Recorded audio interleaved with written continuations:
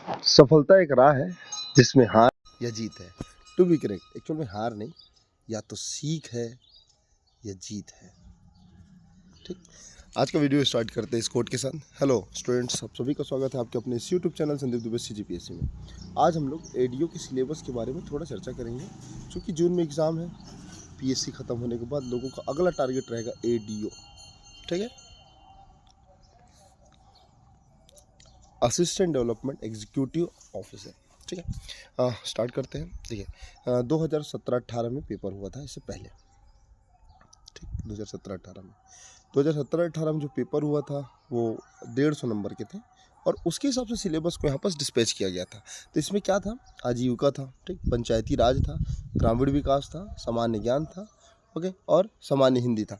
मतलब 5 पार्टों में इसको डिवाइड किया है। अब इसको और कोरिलेट करेंगे वर्तमान जो 2025 में जो होने वाला है, जून में अप्रॉक्स ना, जून में होने वाला जो एग्ज़ाम है एडीओ का, उससे कोरिलेट करेंगे। इसमें क्या क्या चेंजेस आ सकते हैं, क्या क्या चेंजेस होगा। क्योंकि ये जो बता रहा हूँ संभावित है, मे बी आने के बाद कुछ परिवर्तन दिखे, लेकिन मैक्सिमम परिवर्तन आपको नहीं दिखेगा, एकदम माइनर परिवर्तन दिखेगा। पैटर्न चेंज हो जाएगा। पहले 150 नंबर का था, अब वो कितने नंबर का हो जाएगा? 100 नंबर का। तो यहाँ पर कुछ चेंजेस हो सकता है। तो ये संभावना रहेगी, क्योंकि आप तैयारी करते हैं, आप जानते हैं, तो आप अच्छे से इसको समझ सकते हैं। ठीक है, सामान्य ज्ञान में क्या था? छत्तीसगढ़ के संदर्भ में था। अभी जो सामान्य ज्ञान होगा वो छत्तीसगढ़ के परिप्रेक्ष्य में ना होकर किसके परिप्रेक्ष्य में होगा? ये छत्तीसगढ़ के साथ इंडिया के पर्सपेक्टिव में होगा, भारत की। ओके, और तैयारी कैसी करनी है, क्या आपका स्ट्रेटेजी होना चाहिए, इसमें भी थोड़ा चर्चा करेंगे। अभी लगभग 90 to 95 डेज अभी बचा हुआ है। अब इस बीच में आपको कम से कम एक बार इसको स्टडी करके कंप्लीट करना है। सिलेबस और जो एग्ज़ाम डेट आएगा वो 1 महीने पहले या 15 दिन पहले इसका फॉर्म फिलअप किया जाएगा। फिर आपको 15 से 20 दिन का समय मिलेगा। तो उस बीच में आप तैयारी नहीं, उस बीच में आपको करना है रिविज़न। ठीक है, आजीविका के संबंध में, ग्रामीण पंचायत राज के संबंध में, हाँ, ग्रामीण विकास, सामान्य हिंदी, क्या क्या सिलेबस होंगे देखते हैं। ये तो पुराना सिलेबस रहा जिसमें आपको देखने मिल जाएगा, ये पहले था। ठीक, अब ये तो रिपीट होगा, बस कुछ कुछ चीज़ें रिपीट नहीं होगी। इसको मैं टेलीग्राम में डाल दूंगा, डिस्क्रिप्शन में लिंक दे दूंगा, कृपया करके टेलीग्राम को ज्वाइन करके डाउनलोड कर लीजिए। अब आते हैं वर्तमान की में जो एग्ज़ाम का सिलेबस हो सकता है। सिलेबस को 5 या 6 भागों में बांट सकते हैं, जिसमें पहले आएगा ग्रामीण विकास। तो पहला ग्रामीण विकास, दूसरा आजीविका जो पहले भी था, पंचायती राज 1973 और जो वर्तमान में संशोधन हुआ वो आप उसको देख लें उसको। देन उसके बाद क्या है? सामान्य ज्ञान है। सामान्य ज्ञान में छत्तीसगढ़ और सामान्य ज्ञान में भारत और सामान्य हिंदी। ये एग्ज़ाम होगा 100 नंबर का, 100 नंबर का। आगे 100 नंबर में अगर मैं बात करूँ तो ये संभावना है ऊपर नीचे हो सकता है। 20 नंबर आएगा ग्रामीण आजीविका में, जो पहले बार कितने में था? 30 नंबर में। ठीक, अगला मैं बात करूं आजीविका। आजीविका आएगा, ये भी 20 नंबर का, वो भी 30 नंबर का था। ठीक है, देन आएगा पंचायती राज 15 नंबर, इसको भी 20 नंबर लेते हैं, 20 नंबर, पहले भी 30 नंबर का था। ठीक, फिर सामान्य ज्ञान। सामान्य ज्ञान पहले 30 नंबर का था, जिसमें सामान्य ज्ञान में सिर्फ छत्तीसगढ़ के संबंध में था। अब आएगा ये, अगर 2 भागों में इसको डिवाइड कर दे तो सामान्य ज्ञान में छत्तीसगढ़, ओके, और इंडिया। तो छत्तीसगढ़ और इंडिया के अगर मैं मोटा मोटा मान के चलूँ 15 नंबर यहाँ और 15 नंबर यहाँ, अब बच जाता है 10 नंबर। तो 10 नंबर आएंगे सामान्य हिंदी के। ठीक, तो ये 20 20 20 60, अब 15 दूनी 30 90 और ये 10 100। तो इस प्रकार से डिस्पैच हो सकता है। और ये सामान्य ज्ञान चाहे छत्तीसगढ़ के बिहाफ में रहे या भारत के पर्सपेक्टिव रहे, ये 15 नंबर तो ठीक है, 15 दूनी 30 नंबर तो होंगे ही। 30 नंबर, ये 30 नंबर में आपको करेंट अफेयर भी देखने मिलेगा, लगभग 5 से 7 क्वेश्चन।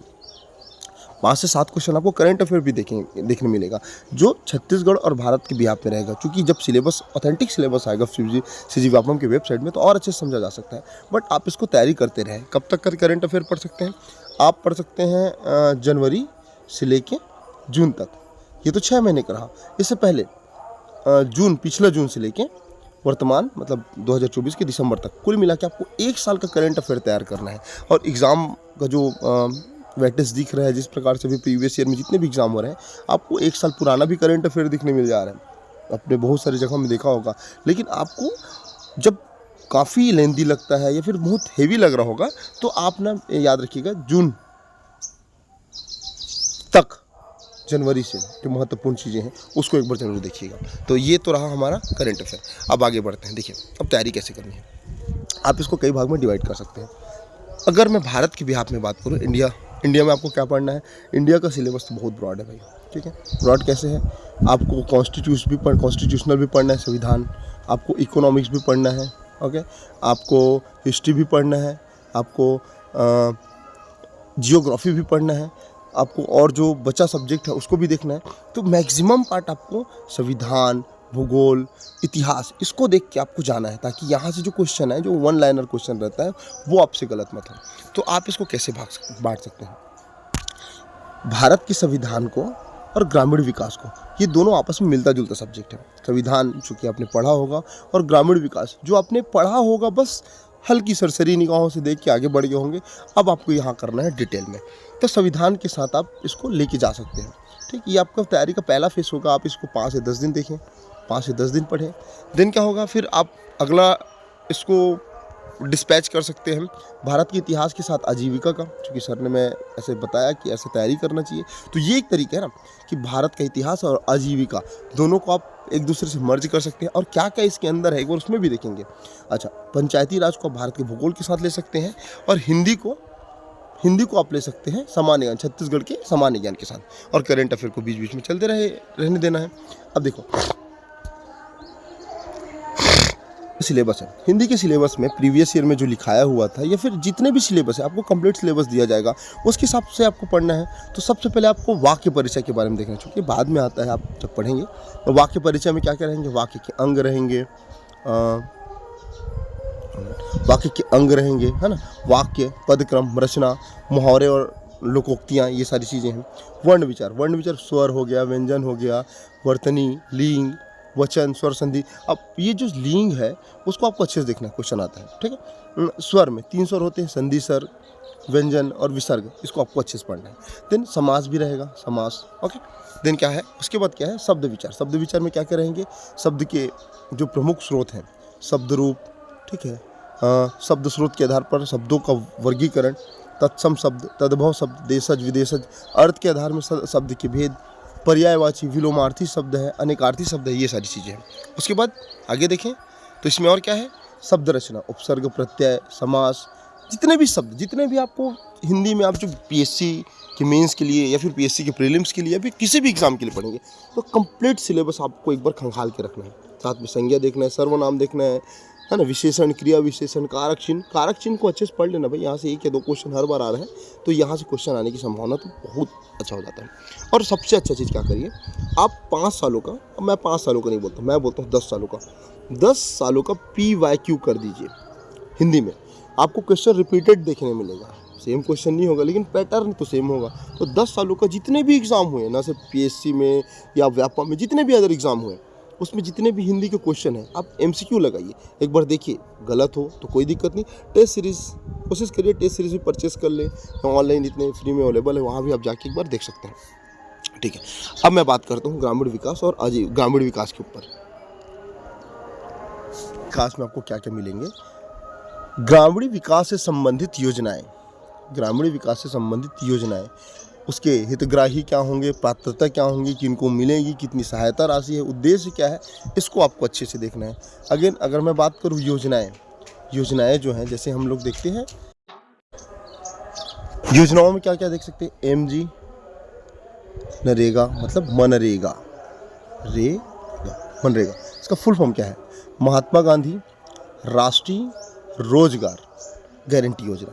भाई अगर आप जब इसके बेसिक बैकग्राउंड में जाएंगे तो क्या होगा, 2 फरवरी से आपको स्टार्ट मिलेगा, ठीक है, कुछ छत्तीसगढ़ के कुछ ज़िलों में, बाकी भारत के कुछ 200 महज ज़िलों में लागू हुआ। फिर 1 अप्रैल को ये पूरा भारत में लागू हो गया, 1 अप्रैल 2008 को। फिर आपको क्या मिलेगा, 2 अक्टूबर में इसका नाम चेंज होके नरेगा से मनरेगा पड़ गया, महात्मा गांधी के दिवस पे 2 अक्टूबर 2009 के आसपास लगभग। तो आप इसको कंप्लीट पढ़ेंगे, ठीक है। वर्तमान में इसकी जो मजदूरी दर है वो 243 रुपये है, में भी आगे चेंज हो जाए। तो ये करेंट अफेयर को उसके स्टैटिक पार्ट से जोड़ के पढ़िएगा। देन उसके बाद क्या है, राष्ट्रीय ग्रामीण आजीविका मिशन, जो पहले संचालन हो रहा था उसको देखिएगा, वर्तमान में उसके प्रभाव क्या है, या उससे कुछ संबंधित कुछ करेंट अफेयर है क्या, उसमें कुछ संशोधन हुआ है क्या, ये सारी चीज़ें होंगी। स्वर्ण जयंती ग्राम स्वरोजगार योजना, है ना, इंदिरा आवास योजना, आप इसको प्रधानमंत्री आवास योजना से कनेक्ट कर सकते हैं, क्योंकि बहुत पुराना योजना है, ये वर्तमान में संचालित है, तो आपको यहाँ से कनेक्ट करके चलना है। उसके बाद क्या है, एकीकृत जल ग्रहण प्रबंधन कार्यक्रम, आम आदमी बीमा योजना, तो जितना बीमा योजना से संबंधित जितने भी योजनाएं संचालन है, जैसे अटल पेंशन योजना या भी बहुत सारी चीज़, उसको आपको देखना है। पीएम सड़क योजना है ना, पीएम मुख्यमंत्री सड़क योजना, प्रधानमंत्री सड़क योजना प्रारंभ कब हुआ, ठीक, वर्तमान में इसके क्या प्रभाव, इसका उद्देश्य क्या था, ग्राम और कस्बों को सड़क से परिपूर्ण करना, सड़क निर्माण करवाना, सीसी रोड निर्माण करवाना, वर्तमान में क्या स्थिति, कितने प्रतिशत हमारे भारत के स्थान अभी तक सड़क निर्मित हो जा चुका है, वर्तमान डाटा क्या है, कितना किलोमीटर प्रति महीने या प्रति साल निर्माणाधीन है, निर्माण हो रहे हैं, कहाँ प्रस्तावित है। तो ये सारी चीज़ों को आपको देखना है। ये है ग्रामीण विकास में ये जो टॉपिक है, जो 2017-18 में एडीओ का एग्ज़ाम हुआ था, तो यही सिलेबस मेंशन किया गया था। अब इस सिलेबस के अकॉर्डिंग आपको पढ़ना है, क्योंकि थोड़ा परिवर्तन संभावना है, बट उसमें आपको करंट या स्टैटिक पार्ट को जोड़ के तैयारी करना पड़ेगा ना, क्योंकि ये सारी चीज़ें चेंज नहीं होती। स्टैटिक पार्ट है, एडीओ का सिलेबस है, तो ये सारी चीज़ें हैं, आप एक बार इसको ज़रूर देखिएगा। साथ में ही आगे मैं बात करूँ, ठीक है, इसमें क्या है, सामाजिक अंकेक्षण, ये एक टॉपिक है, अच्छे से देखना है। ग्रामीण विकास योजनाओं के क्रियान्वयन, है ना, सूचना के अधिकार अधिनियम 2005 इसमें दिया है। जल संग्रहण,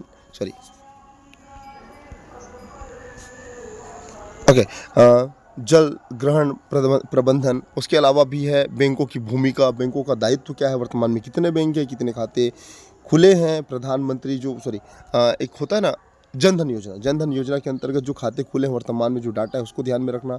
इसको आप इकोनॉमिक सर्वे से भी कनेक्ट कर सकते हो, वहाँ आपको करेंट डाटा मिल जाएगा भारत के या छत्तीसगढ़ के परिप्रेक्ष्य में, स्पेशली छत्तीसगढ़ के परिप्रेक्ष्य में आप इसको अच्छे से रीड करेंगे तो यहाँ आपको फायदा होगा। तो ये तो रहा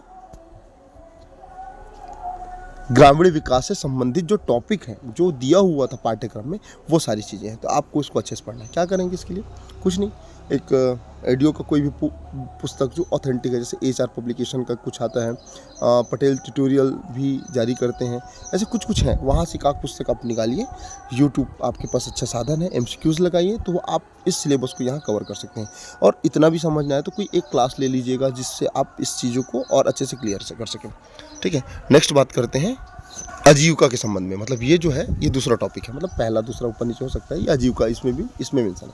इसमें क्या क्या है, भारतीय कृषि, तो भारतीय कृषि एवं ग्रामीण अर्थव्यवस्था में भूमिका, जैसे क्या हरित क्रांति का प्रारंभ, श्वेत क्रांति क्या है, कृषि का मशीनीकरण, ये सबको आप करंट से भी कनेक्ट कर सकते हैं। पशुपालन की डाटा क्या है, वर्तमान स्थिति क्या रही, कैसे होते हैं, जो ग्रामीण जनजीवन में प्रभाव, तो ये सारी चीज़ें आपको भारतीय कृषि के संबंध में मिल जाएगा।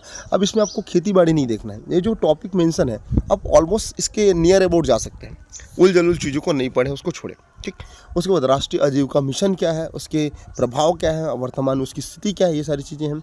आजीविका प्रदान करने में ग्राम्य उद्योग की भूमिका, तो ग्राम्य उद्योग के बारे में पढ़ना है आपको। संस्थागत विकास, जैसे स्व सहायता समूह हो गया, अभी सेल्फ हेल्प ग्रुप हो गया, जो बहुत ज़्यादा एक्टिव है महिलाओं का, तो इसको पढ़ना है। इसके प्रकार क्या है, संगठन क्या है, निर्माण कैसा होता है, वर्तमान में क्या स्थिति है, ठीक। उसके बाद आजीविका से संबंधित जो परियोजनाएं संचालन है, सहकारिता है, बैंक व्यवस्था है, इसको भी आपको पढ़ना है, क्योंकि बैंक व्यवस्था आपको ग्रामीण वाले पार्ट में भी पढ़ना है। तो यहाँ उसको और अच्छे से पढ़ेंगे तो दोनों का सिलेबस लगभग मिलता जुलता रहेगा, इसको पढ़े तो उसमें भी क्लियर कर सकते हैं। ये सारी चीज़ें हैं, ठीक। बाजार क्या है, परिभाषा क्या है, रूपरेखा आजीविका में उसका हस्तक्षेप, तरीके, पशुधन उत्पाद प्रबंधन, ये सारी चीज़ें हैं, तो आपको ये अच्छे से करना ही होगा। तो आजीविका और जो ग्रामीण विकास है वो आपस में कहीं ना कहीं संबंधित है, और थोड़ा चेंजेस रहेगा, चीज़ों में थोड़ा परिवर्तन रहेगा, पर इसको पढ़ें तो उससे आपको कुछ सहज समझने में आसानी होगी, ठीक है। आगे बात करते हैं हम लोग पंचायती राज के विषय में। अब देखिए, पंचायती राज के विषय में आपको देखना है 73वां संविधान संशोधन, जो आपको इंडियन कॉन्स्टिट्यूशन में दिख जाएगा, ओके। छत्तीसगढ़ के हिसाब से पंचायती राज अधिनियम, ठीक। त्रिस्तरीय पंचायत की संरचना, ग्राम पंचायत के कृत्य क्या है, ग्राम सभा क्या है, समिति एवं कृत्य, पंचायत से संबंधित योजनाएं, तो योजनाओं को आप करंट अफेयर से कनेक्ट कर लें, पुराना योजनाओं को थोड़ा स्किप करके नए योजनाओं पर ध्यान दें। पंचायती राज अधिनियम में, चाहे वो छत्तीसगढ़ के परिप्रेक्ष्य में रहे, आपको जितने भी 132, 133 जो भी धारा 132 के आसपास है, तो आपको टोटल इसको अच्छे से पढ़ना है। ऐसा नहीं आपने देखा 1 से लेकर 10 धारा, ऐसा नहीं होगा, आपको कंप्लीटली धारा को पढ़ना पड़ेगा। उसके अंदर क्या है, आप अभी पीएससी का एग्जाम दिलाए होंगे, तो उसमें एकदम आपको समझ आ गया होगा कि पंचायती राज का वेटेज क्या था। अभी संशोधन हुआ है दिसंबर 2024 के आसपास ना, तो संशोधन हुआ है, तो संशोधन हुआ तो पीएससी में उसका क्वेश्चन बना 4 से 5 क्वेश्चन। अब इसमें नगरीय निकाय नहीं पढ़ना है, आपको सिर्फ पंचायत पढ़ना है। तो बिल्कुल यहाँ से आपको संशोधन के साथ, मतलब करेंट अफेयर के साथ उसकी स्टैटिक पार्ट को पढ़ना है, जो चेंजेस नहीं होता, ये सारी चीज़ें हैं। उसके बाद अगर मैं बात करूँ इंडियन जीएस की, तो इंडियन जीएस में आपको क्या मिलेगा, या भारत के जीएस, छत्तीसगढ़ के जीएस में क्या मिलेगा, तो छत्तीसगढ़ में आप जो भी पढ़े होंगे पीएससी में या पीएससी की मेंस के लिए जो तैयारी कर रहे होंगे, तो पूरा यहाँ पर काम आने वाला है। ओके, उसके अलावा छत्तीसगढ़ में छत्तीसगढ़ का भारत का जीएस मतलब सामान्य ज्ञान, इतिहास, संविधान, जियोग्राफी, ये प्रमुख टॉपिक है, इसको आपको विशेष ध्यान देना है। तो आप ना अपने इस एग्ज़ाम के लिए अपने आप को कम से कम 6 घंटा डेली समय दें, मिनिमम 6 घंटा, जिसमें आप कोई भी एक टॉपिक को, जैसे ग्रामीण विकास, ठीक, ग्रामीण विकास को 3 घंटा दें, ठीक, हिंदी को 1 घंटा दें, पढ़ें और एमसीक्यू लगाएं। उसके बाद इंडियन जिसमें कोई एक पार्ट को पकड़ें, लाइक जियोग्राफी, तो ये तीनों को आप पैरेलल लेके चलें और इसका जो तैयारी करना है आपको 10 से 12 दिन में करना है, 10 से 12 दिन में। उसके अलावा अगर दूसरे में जब स्विच करेंगे, छत्तीसगढ़ को भी रोकें, छत्तीसगढ़ चूँकि पढ़ चुके हैं, थोड़ा रोकें। उसके बाद अगर मैं बात करूँ आजीविका के साथ आपको लेके चलना है, लेके चलना है हिंदी नहीं छोड़ना है आपको ना, हिंदी साथ में कॉन्स्टिट्यूशन मतलब संविधान, तो इसको आपको देखना है। मैक्सिमम क्वेश्चन कम रहेंगे, संविधान, इतिहास, भूगोल, ये वो, तो किसी में 2 क्वेश्चन, किसी में 3 क्वेश्चन मैक्सिमम होंगे, इस एग्ज़ाम में नहीं तो नेक्स्ट एग्ज़ाम में भी काम आ सकता है, तो ये आपको करना है। उसके बाद पंचायती राज अधिनियम को आपको महज कंटिन्यू 15 से 20 दिन देना पड़ेगा ही। अच्छे से पढ़ोगे, याद करके पढ़ोगे, बार बार रिकॉल करके पढ़ोगे, तो इसके साथ आपको हिंदी को चलाना ही है, हिंदी नहीं रोकना है, चलने देना, हिंदी चलने देना। अब रही बात, हम लोग बात करें छत्तीसगढ़ के बारे में, है ना, तो छत्तीसगढ़ जब आप पढ़ेंगे, जैसे छत्तीसगढ़ का इतिहास पढ़ें, क्योंकि आपने इतिहास वहाँ भी पढ़ा है ग्रामीण विकास के साथ या अपने शेड्यूल के हिसाब से, तो छत्तीसगढ़ के इतिहास को आपने भारत के इतिहास के साथ कोरिलेट करके पढ़ना है, कंपेयर करके पढ़ना है। ये आपस में लिंक तो नहीं है, लेकिन कहीं ना कहीं इनकी घटनाएं हमारे छत्तीसगढ़ में प्रभाव तो डालेंगी ही। अब 1857 की क्रांति है भारत में, तो छत्तीसगढ़ में भी देख लिया, किसान आंदोलन है, तो किसान आंदोलन में भारत को देखे तो छत्तीसगढ़ को भी देख लिए। तो ये आपको पैरेलल लेके चलना है। संविधान, इतिहास, छत्तीसगढ़ का इतिहास पढ़े तो भारत का इतिहास पढ़ लिए, छत्तीसगढ़ का जियोग्राफी भूगोल पढ़े तो भारत का भी भूगोल पढ़ लिए। तो ऐसे करके आप दोनों को एक साथ लेके चलना, कंपेयर करते हुए पढ़ेंगे तो आसान होगा। और मैं कहता हूँ मैप से पढ़ें, आपको चीज़ें लंबे समय तक याद रहेंगी। तो ये तो सिलेबस रही, ये तो बात रहा। अब आपको तैयारी करना प्रारंभ करना होगा, और कुछ लोगों का उद्देश्य होगा कि मैं परिचारक का ही एग्ज़ाम अच्छे से दिलाऊंगा, ठीक, जो व्यापम द्वारा आयोजित होना है उसके जस्ट बाद या आगे पीछे। तो वो एग्ज़ाम को तैयारी करने के लिए आपको क्या चाहिए, पीसीबी, फिजिक्स, केमिस्ट्री और बायोलॉजी। तो इसको आप फिर पढ़ना, उसका सिलेबस देखना, उसके हिसाब से तैयारी करना। बट ये तैयारी आपको बहुत ही आपको आगे बढ़ाएंगी, आपको समझने में योगदान देंगी, तो इसको आपको पढ़ना है, ठीक है। अब कोशिश करेंगे MCQ लाएं, PYQ लाएं, जो क्वेश्चन आए हैं उनके बारे में डिस्कस करें। ये चलते रहेगा और आप अपना प्यार इसी प्रकार बना के रखिएगा। तब तक के लिए जय हिंद, जय छत्तीसगढ़।